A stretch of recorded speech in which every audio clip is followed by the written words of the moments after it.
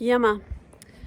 I want to acknowledge that I'm on Paganji land, and I want to pay my respects to the elders past and present, and to acknowledge the continuities of culture that exist in this place. And I especially want to acknowledge and recognise the extraordinary efforts that they've made to protect the river, to be as custodians of the river of which they are a part, and which is part of this networks that interconnect us all across the whole continent. The judgment that I wrote about is the case of Bugmy, and I'm coming from the town.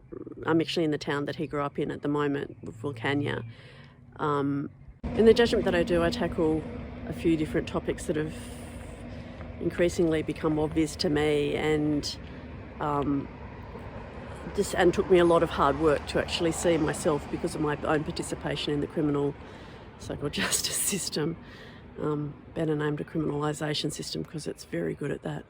And that is, first of all, the deficit discourse in which we engage. And as a defence lawyer, we engage in the pathologising of Aboriginal peoples, which locates and individualises the cause and the explanation for a criminal offence, if not within them, within their immediate communities, but still refuses to take into account that larger context of colonisation and colonialism, which is a convenient sort of elision that can't be justified from my point of view, particularly as it's clearly the one thing that all Aboriginal peoples across the continent have in common. And the other is to do with race and racialisation, the way that we participate in that. That is that we transform people into a race. This is one of the great myths of colonisation, that if somebody's a race, then it means that it's a category that's susceptible to descriptions. Historically, of course, have been described as being tribal, brutish, stupid, the missing link, all sorts of gross things like that. That's the category. Now there's all sorts of other ascriptions to do with race that are sort of somehow conflated with culture, which is a pretty crude understanding of the nature and the sophistication of that term culture, about what it actually means and how dynamic it is and how fluid it is. But it still manages to ignore that one fundamental thing, and it's not just about connection to country, that we are of country. That's what race actually manages to achieve. And if we believe that we're a race, then colonisation has won. But similarly, colonisers believe that they have won and insist upon it because they have removed us from country, when the reality is you can't remove country from country.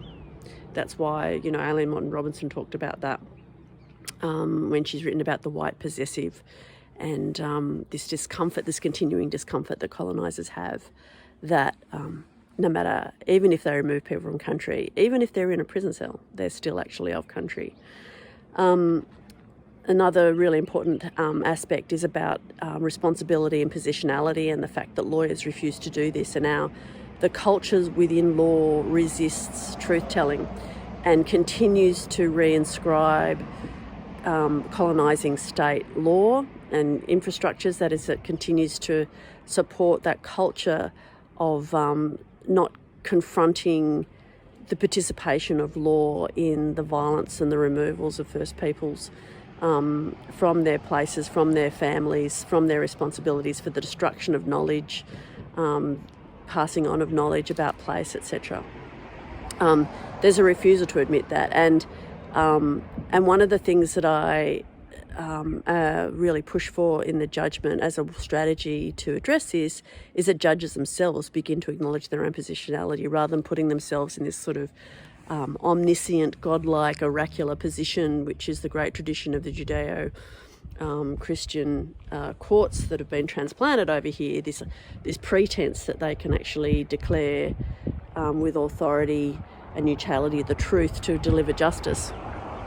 But instead, what I want them to do is actually to acknowledge who they are and the limitations of what they can see. Now, this is actually something that it's absolutely impossible to achieve that currently within our criminal justice system, and means that any judgments we put up like that will be overturned in higher courts. So,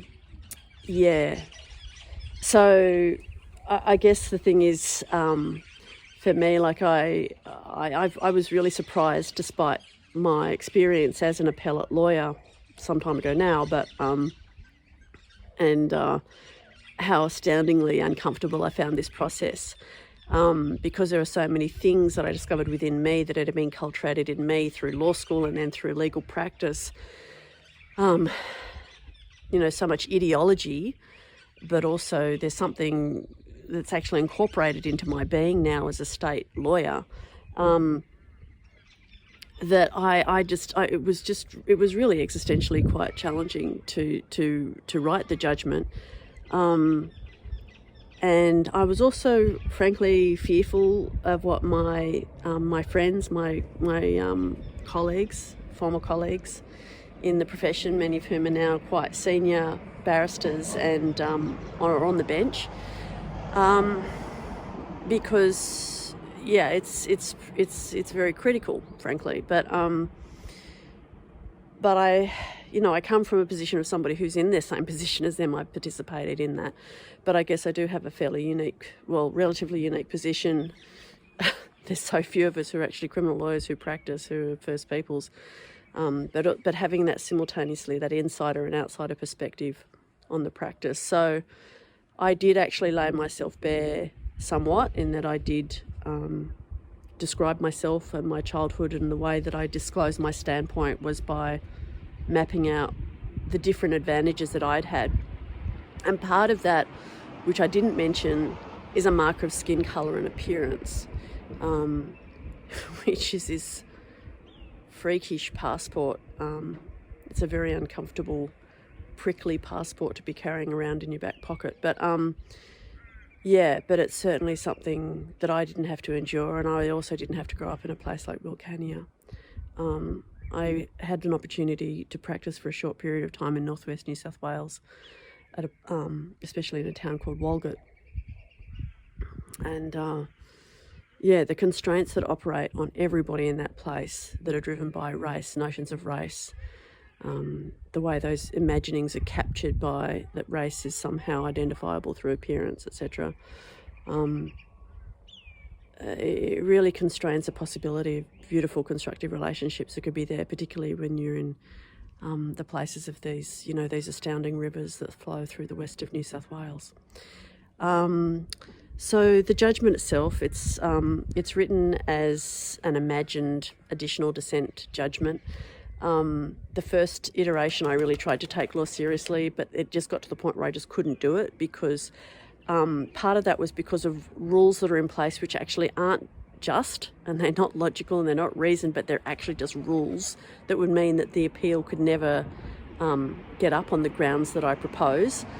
But the other, which is interesting, that constrains it, is just the culture. It would be rejected because of the culture in ways that people are so unconscious that are work within the legal system, and that's what's really hard to deal with. That's the thing that for me I found really personally confronting to cope with. So so it's written as this judgment, and it basically just tackles the core evil of the Bugmy decision. And it was, from my point of view, it's a completely missed opportunity to reorientate the courts with respect to criminal law, and to acknowledge the incredibly powerful part that criminal law has increasingly played in the ongoing colonisation of people, and the way that is so fundamentally at the core of structural discrimination within our legal system now. Thanks for your time. Knowledge recruit.